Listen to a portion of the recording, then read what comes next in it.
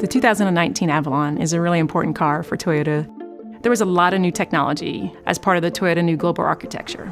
And so that meant we needed to work closely with the designers and with the engineers to make sure that the team can produce it efficiently. It was very critical that the earliest stages, we brought together the different divisions to work with design to give input. During the clay model development, we were able to see the styling and start to understand how could we bring the product to life? How would we be able to manufacture it? We work with the team members on making sure that they have all the tools and equipment that they need to install the parts onto the vehicle correctly. And so for us in engineering, it's exciting to be able to work with design early on because it helps us as a company to make sure that they're fine-tuned to what they need every day to ensure that we build the best cars for our customer.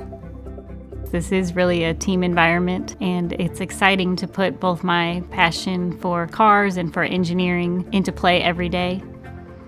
We always want to challenge ourselves to do even more.